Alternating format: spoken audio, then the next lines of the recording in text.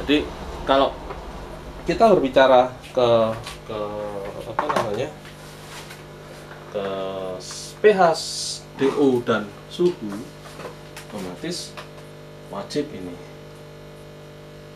Jadi sampean perlu satu aja kalau dari 4, misalnya 4 kolam gitu ya. Berapa gedenya? Loh, nggak usah banyak. Jadi cukup kita kasih 10 meter kubik untuk kolam masing-masing 5 kubik itu cukup. Loh mas, kan kurang separuhnya. Iya, ada teknologinya seperti itu. Kita ditebar ya, selesai ditebar, didiamkan. Ini saya hapus nih, metode kolam kontrolnya nih. Jadi ketika dia sudah ditebar, itu kolam ini didiamkan 3 hari, dengan sebelumnya dimasukkan komposti dekomposer. Dosisnya berapa? Sama, 1 gelas aqua per meter kubik. Ini langsung ditinggikan aja airnya kolam kontrol ini. Ini cara buatnya kolam kontrol. Nah setelah 3 hari, masukkan komposti probiotik. Dosisnya sama, 1 gelas aqua. Ini kita bahas dulu kolam yang di kolam apa namanya, tembok maupun kolam kecil ya, kolam budaya, bukan kolam tambak. Kalau tambak metodenya enggak pakai ini, beda lagi. 1 gelas aqua, terus diamkan 3 hari. Setelah 3 hari, hari ke-7 baru ini masuk ke kolam budidaya. Nah, setelah hari ke-7 masuk kolam budidaya. Selanjutnya loh mas, kan habis. Iya, masukkan lagi material ini. Material ini masukkan lagi. Dosisnya berapa? 25% dari ini. Jadi kalau 25%-nya dari 200 sama dengan cuman berapa? 50 gram per meter kubik. 1/4 gelas aqua. Sama, si probiotiknya juga 1/4 gelas aqua, dekomposernya. Tapi ini selisihnya waktunya cuma 24 jam. Jadi ketika kita masukkan, tadi ini habis nih ya, kita masukkan air baru, sisakan 25% dari air yang kita muliakan tadi ya, air yang kita remediasi tadi, jangan dihabisin semua. 25% isi air baru, masukkan material baru tadi 25%, 50 gram, masukkan komposti dekomposer 25% dan komposti probiotik 25%, langsung das, penuhin aerasi. Kuncinya yang di aerasi 24 jam, setelahnya alirkan ke kolam. Suhu, pH, TDS, DO stabil. Apalagi posisi seperti ini. Nah, yang rawan banget kalau siang panas, malam dingin, ikan ini makan bukan untuk tumbuh, tapi dia untuk bertahan hidup. Nah, itu. Jadi kita pola dulu airnya, baru kita bicara masalah pakan dan nutrisi ikannya. Oke, kejawab kan? Mahfud gimana? Guys? Ya, alhamdulillah kejawab. Alhamdulillah. Jakarta aman, Jakarta aman. Ya, aman. Alhamdulillah. Oke, silakan selanjutnya. Bapak Ibu silakan, teman-teman yang budidaya ikan silakan, yang udang silakan. Ini kita berbicara masalah air, jadi kita berbicara masalah ekosistem.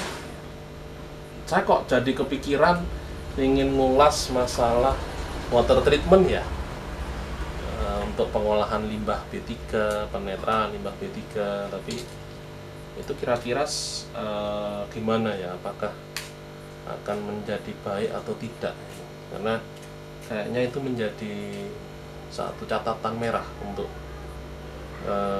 lingkungan pertanian dan perikanan kita rata-rata airnya tercemar oleh limbah-limbah industri. Tentunya perusahaan-perusahaan tersebut sudah melakukan proses IPAL, jadi dia instalasi penetralan airnya itu sudah dia lakukan, tapi tidak efektif karena mungkin ketidakoptimalan bekerjanya mikrobanya, atau saya tidak tahu ya, itu bisa itu yang jelas jadi masalah, dan itu ada solusinya dan itu mudah, tidak sulit. Saya ingin mengulas itu kan, karena itu menjadi sangat ini menjadi sangat urgent gitu, karena kondisi semuanya tercemar. Akhirnya ketika petani ini kesulitan untuk berbudidaya, airnya yang tercemar, otomatis tanahnya juga tercemar, perikanannya juga seperti itu, peternakannya, semua menjadi satu rantai yang rusak. Karena itu mengancam ketahanan pangan kita, dan ketika ketahanan pangan kita terganggu, otomatis ya kita mau melakukan apa kalau semuanya sudah terbatas, terganggu, tanaman tidak akan bagus, segala macam, semuanya impor dan sebagainya. Jadi jangan salahin pemerintah kalau impor, karena kita tidak bisa produksi bagus. Kenapa? Tanahnya tercemar. Sudah tanahnya tercemar oleh residu kimia, airnya juga tercemar. Bagaimana itu bisa dinetralin? Kalau kita mau dari hulunya kita netralin, itu bisa. Kalau dari hilirnya kita di lahan-lahan kita atau di kolam-kolam kita, itu bisa dilakukan.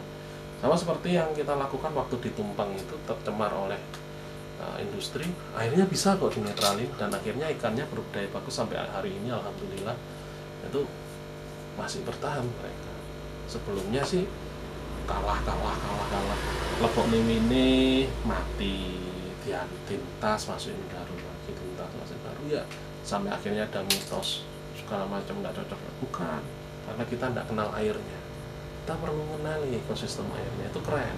Makanya ini hari ini tadi pagi saya unggah ekosistem aquaculture di dalam air, under mikroskop, di mikroskop seperti ini. Jadi yang saya jelaskan tadi akan membentuk ekosistem yang sangat ramai seperti saya share tadi di YouTube. Oke, Bapak Ibu, monggo silakan pertanyaannya. Kita masih punya waktu sebelum saya tutup. Jadi diskusinya biar ini. Gambarnya kenapa Kang jadi gini, gimana Kang? Oke, selamat datang yang baru datang nih. Jadi kalau sungkan tidak apa-apa, nanti WA, oke ini diulas atau ngikutin ini saya dari awal. Tapi sebetulnya sih masalah ekosistem aquaculture ini masalah yang lumayan urgent, karena kematian massal, terjadinya kematian massal di kolam intensif maupun sampai ke kelas danau itu terjadi. Penelitian sedang berlanjut sampai hari ini. Saya ngikutin jurnal-jurnal yang dari ahli-ahli perikanan, itu saya ngikutin semuanya, dan masalahnya memang ketidakseimbangan ekosistem. Kata kuncinya di situ. Padahal kalau kita mau bersatu, kita mau bergandengan tangan, itu bisa diatasi, dan itu sangat mungkin. Mau skala kolam intensif, kolam tambak, kolam tembok dan kolam terpal, maupun skala tambak, maupun skala seperti yang di danau-danau itu yang kematian kapan, yang di Agam, yang di Maninjau, itu ya, yang terus yang kemarin itu ada kematian massal lagi di danau apa itu, di Jawa Barat itu ada itu bisa diselesaikan, itu bisa ada solusi-solusinya. Cuman bagaimana kita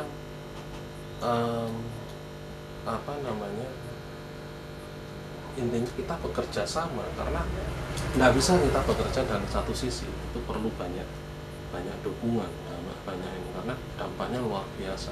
Ketika ekosistem air rusak dan air ini tercemar, nggak ada yang mengurai, ya ketika itu pula kehidupan manusia mulai terancam, pangan mulai berkurang, produksi pangan mulai berkurang, akhirnya pangan berkurang, pangan menjadi, untuk itu berkurang menjadi mahal.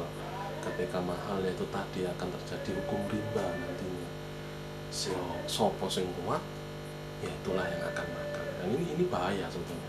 Tapi kalau kita tidak mau membahas jauh-jauh masalah ke sana, yang penting saat ini apa yang kita lakukan dan nilai-nilai positifnya. Jadi silakan sebelum saya tutup, Pak Ibu, silakan monggo bertanya. Kalau enggak, kita tutup. Nanti kita diskusi lagi minggu depan, kita sambung. Mbak Dwi baru datang, Mbak Dwi.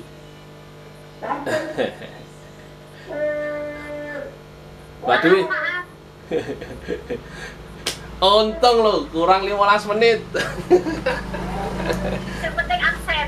Siap. Oke, Mbak, silakan mau tanya apa? Nanti apa namanya masalah kolam itu tadi, kayak kan sudah baik tuh kolamnya. Masa mau apa namanya dibiarkan gitu kan, daripada mubadir kan. Aku lihat merono tak gawe kungkum ae. Itu kan maksudnya kan aku mau tak buat kolam, tapi kolamnya itu harus bening, Mas. Dan aku udah pernah lihat gitu loh di mana di Malaysia itu aku bikin memang bagi dua begitu memang. Sebagian itu untuk leadnya, yang untuk apa, untuk ada vegetasi sama ada apanya ikannya. Terus satunya bening. Dimasukkan ke dalam filter, di dalam pot-pot yang ditanamin ya, strawberry kalau dia. Terus kemudian dari rig itu tadi yang ada ikannya keluar, ada lubang-lubangnya itu kayak di tempatku persis lah. Betul, nanti di itu ya. Tempat yang gedenya itu dibuat berenang. Jadi di filter. Hasilnya nggak hijau. Nggak boleh hijau malah. Kalau hijau berarti ada yang salah di filternya itu. Kalau itu sebetulnya keren itu, Mbak, karena dia filternya itu alami, jadi air nggak bau kaporit. Terus apa namanya sirkulasinya kan dia jalan terus itu pulang. Nah, persis seperti kolam koi, cuman kolam koi kan filternya ngono kae. Cuman ini kan filternya apa, bukan filter vertikal ya. Bukan filter vertikal. Enggak, ini filternya dua sih. Jadi kalau saya menyarankan jangan diprobiotik dan jangan di komposti, tapi kita main di filter. Nah, filternya itu yang jenengan kan pakai biochar apa itu dimasukkan sama. Sebetulnya kuncinya untuk menjernihkan, kalau menjernihkan air ya di water treatment itu cuman kuncinya dua sih, dia zeolit, mineral zeolit sama biochar. Kalau kita mau cepat ya kita pakai apa namanya tawas. Jadi untuk ya lek iki water treatment gitu lah. Kalau tawas ikannya mati nanti. Jadi ya itu zeolit sama ini di bagian filternya. Jenengan perlu itu zeolit, biochar sama pasir. 3 material itu saja. Itu ndak akan ngelumut dia, Mbak. Ini sih Mas, pakai kerikil di awal itu. Nah, cocok. Kecil-kecil itu. Betul, itu kayaknya di sungai bawah banyak ya. Di sungai yang di bawah itu banyak itu. Iya lah, boleh nangis sore lah. Itu betul, itu tinggal betul, nggak usah glasul, Pak. Jadi kalau glasul nanti jenengan perawatannya yang agak sulit. Apa namanya?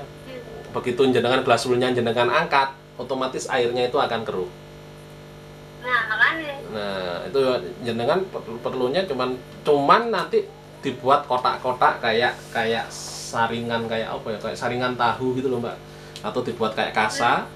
Nah, pasir diisi di situ, arang di situ. Jadi nanti begitu, tapi jangan cuman satu slice, misalnya kayak gini. Jadi dibuat apa namanya, step-step gini, Mbak. Nanti dibuat step-step.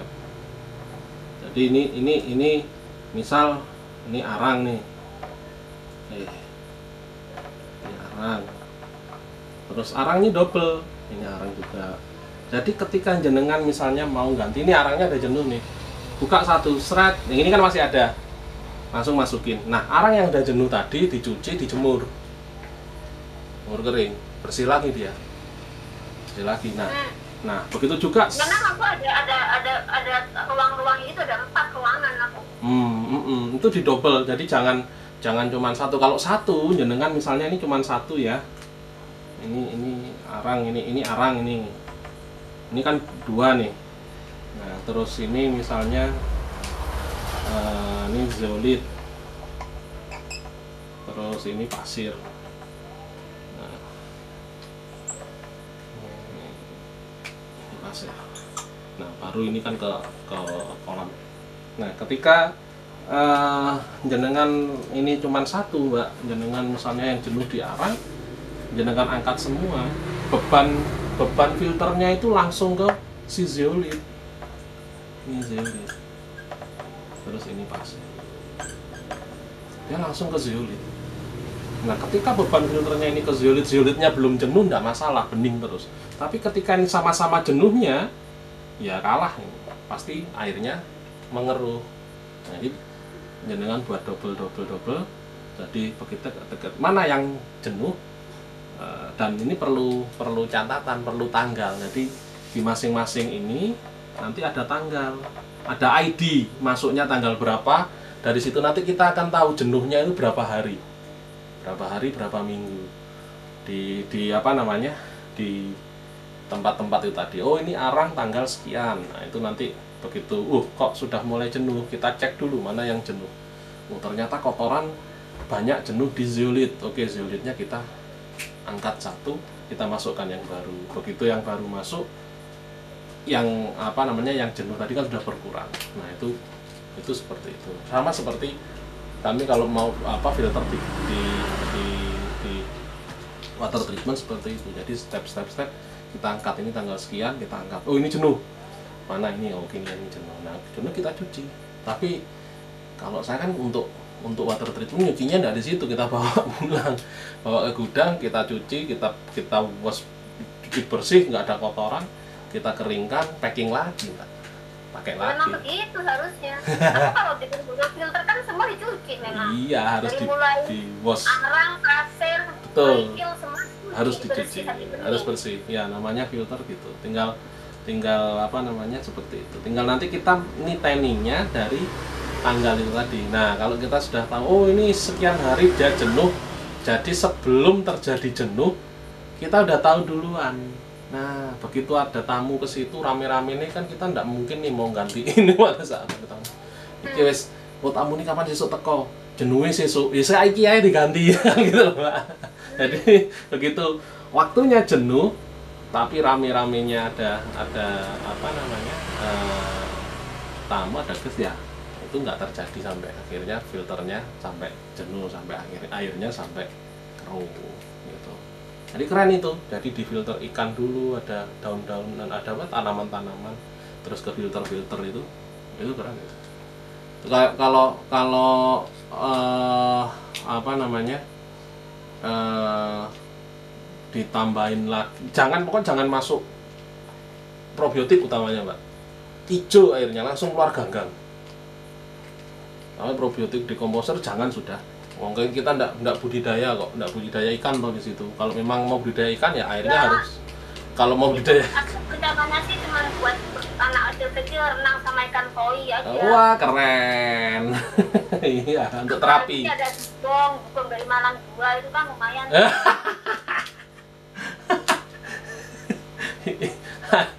Aquaman, Mbak. Aquaman. Tapi one pack ya, Mas. Oh, keren ya. Gitu. Jadi itu, Mbak. Jadi double filter, double slice. Jadi enggak, ya enggak usah bongkar lagi, ya itu gedenya cuma segitu, cuma dibagi Ya dua. aku seneng itu ide double filter itu, aku gak kepikiran sih selama ini aku pakai